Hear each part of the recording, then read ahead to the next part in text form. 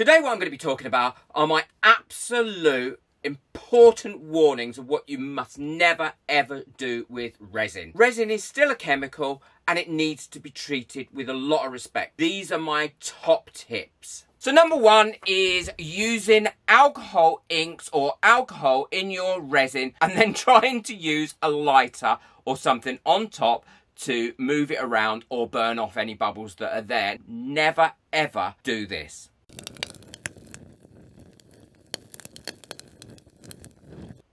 Don't use a lighter or anything flammable on your alcohol inks because it will cause a fire. As you can see where you've lit it, it's burnt the actual front of this, and it doesn't actually come out really very pretty either because it burns the alcohol, so it doesn't look great. While we're on the theme of alcohol, a lot of people use it in mister sprays like these and it mists.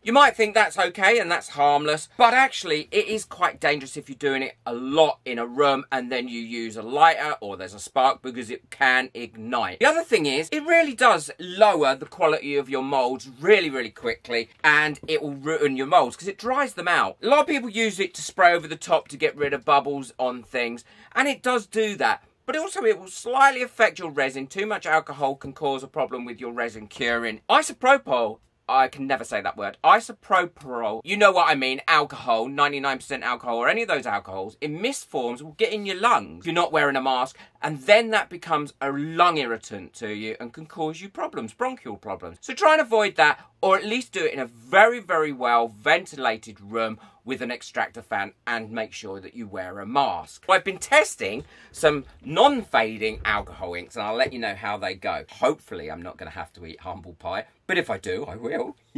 Number three is using one of these torches on silicone moulds. I've talked about this in nearly every video. What do I say? Use a lighter, never a torch. Now the reason is, silicone is actually heat resistant to about 500 degrees Fahrenheit, which is well above what you would use in an oven, and it's well above the heat of a lighter. But what it's not well above is the heat of one of these chef's torches or torches. If you use this on here, what it'll do is it'll weld this together like this. And this is the one that I use the torch on. It doesn't seem to have caught actually, from what I can see. Oh yeah, it has there.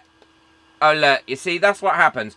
Now that mould is ruined. It was an old mould anyway. I wasn't too bothered about it, but it's took a nick out of it right there, and it's left a bit on there as well. The other thing with using a torch, you can easily burn your resin, because obviously resin isn't designed to take the heat of a blowtorch, and then you get little like these smoky trails in it. Number four is never add water to resin or anything that's got a lot of water in. So if you're using acrylic paint and things like that, don't add that to resin, because what you'll see is it will really affect the resin. And it's the same if you use your resin in a really humid atmosphere. Try and avoid a really humid atmosphere for curing your resin, because it will cause problems with it. Adding water to resin can be done accidentally through acrylic inks and watery products that you actually don't realise have got water in. So always check your ingredients, because this is what happens when you add water to resin. This is what they look like when they've been cured with water, and as you can see, these ones, they've gone really cloudy. Now, I don't mind that look, but they aren't hard. They don't go dry hard very well. They are a little bit bendy still.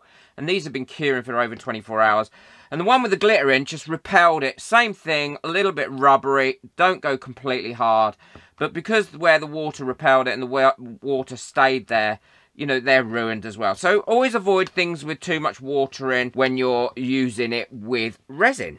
So number five is make sure you use the right resin for the right job. I do have a video on this as well, but just as a quick reminder, if you want to pour something that's quite deep, then use a deep pour resin. This is deep pour resin by J Diction. Brilliant resin. I use it all the time. Love it when I'm doing something that's fairly deep, because this will cure slower than what your other one-to-one resins would use, and also it won't give you that flash curing and pulling away from the edges. Much better. Also works brilliantly in a pressure pot if you have one of those. Lovely and crystal clear and lacks bubbles. There's very few bubbles in this as well, which is great. If you're doing an art covering, so a canvas or something like that, then I would recommend the T-Expert Crystal Clear Art Epoxy Resin. It's formulated specially for this. It does a great job, doesn't give fish eyes, doesn't pull away from the edges of the covering, and especially if you're making something with this as your base and you're using lots of different colours. You'll find that if you're doing art pictures with resin, this is definitely the resin to go for. I also use a high gloss resin as well if I'm making things that I want to ensure I've got a really high gloss. This is one that is actually by J Diction, and it is really brilliant. It works great and takes colour really well. If I'm looking for something where I want to use it as a glue, then I use a 5-minute epoxy because I find that does a brilliant job. Clear when it cures, and it is done in 5 minutes. There's lots of other resins on the market because I've used loads. As you'll probably see around my studio, there's UV resin, there's all sorts of resin. But make sure you choose the right resin for the right job. That way you can be ensured that you're going to get a great result. Now, because most resins are self-leveling, if you're working on a surface that isn't level, what you're going to get is a piece of resin that's cured but really isn't level when you look at it, because it'll have cured on a non-level surface. Ensure that you cure everything that you're doing on a really level surface. Now, if like me, you're working in an area where the floor isn't level, what I've got is this leveling tray. It works really well. I use it all the time now. I have a couple of these, and actually I'm thinking about getting a couple more because I love them so much. And they're not expensive, but boy, do they make a big difference. Especially if you're doing thin stuff like jewellery and coasters and things like that, you can find that you'll get a brilliant level finished coaster that looks beautiful. Beautiful! One of my other warnings is if your resin is too cold. If your resin is too cold or it's been stored in a cool place, then ensure that you warm it up. Now, the best way to warm it up is in a hot water bath or a warm water bath in the bottles. Make sure the tops are on tight so no water can get in. Fill your sink up with warm water, pop your bottles in for half an hour, and that'll bring it to a lovely temperature. Don't overheat them. You don't want them too hot, because if not, what will happen is it'll flash cure, and you don't want that to happen. This will help curing. It'll cure in time. It'll also help when you mix it. You won't get as many bubbles, and it will mix much more evenly, so you won't get any unmixed spots either in it. Of course, anyone that knows me knows that I can't make any video like this without mentioning this one, and this is one of the most important ones I think that I can mention, and that's using the correct PPE. At a minimum, you want gloves, and you want a mask. Now, I use a full face mask because, as people know, I'm really allergic to resin. And as it's curing, it causes me to have contact dermatitis really bad. I also wear long sleeve shirts.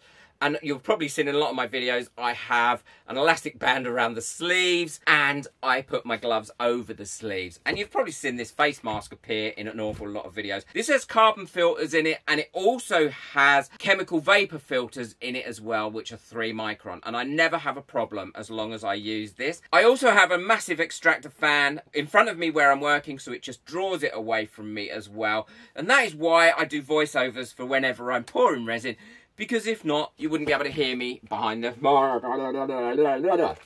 You wouldn't be able to hear what I'm saying. So I always do a voiceover in that part. Work in a well-ventilated area, correct PPE, and you'll all be good. So there we go. They're my 8 top tips for you for today, and my kind of warnings and health. All I want to do is make sure that you get the best out of your resin. I love sharing my experience. I've been using resin for years and years, and I want to be able to make sure that you can have as much fun as I do using resin, but as safely and as easily as possible. If you've enjoyed this video and you found any of these tips useful, please boot that like button. It really helps this video to get out there. And if you've thought of any tips that I haven't covered, put them in the description below, because I'll add them to the next video, because I'm sure I'll make another video like this. If you'd like to buy me a coffee just to say thank you and to help support this channel, the link for that, along with the link for everything else, is in the description below. Be sure to check out the video that's coming up next if you want to learn a little bit more how to make some unique jewellery. I think you'll love it. Take care, enjoy your resin, be safe, and have fun.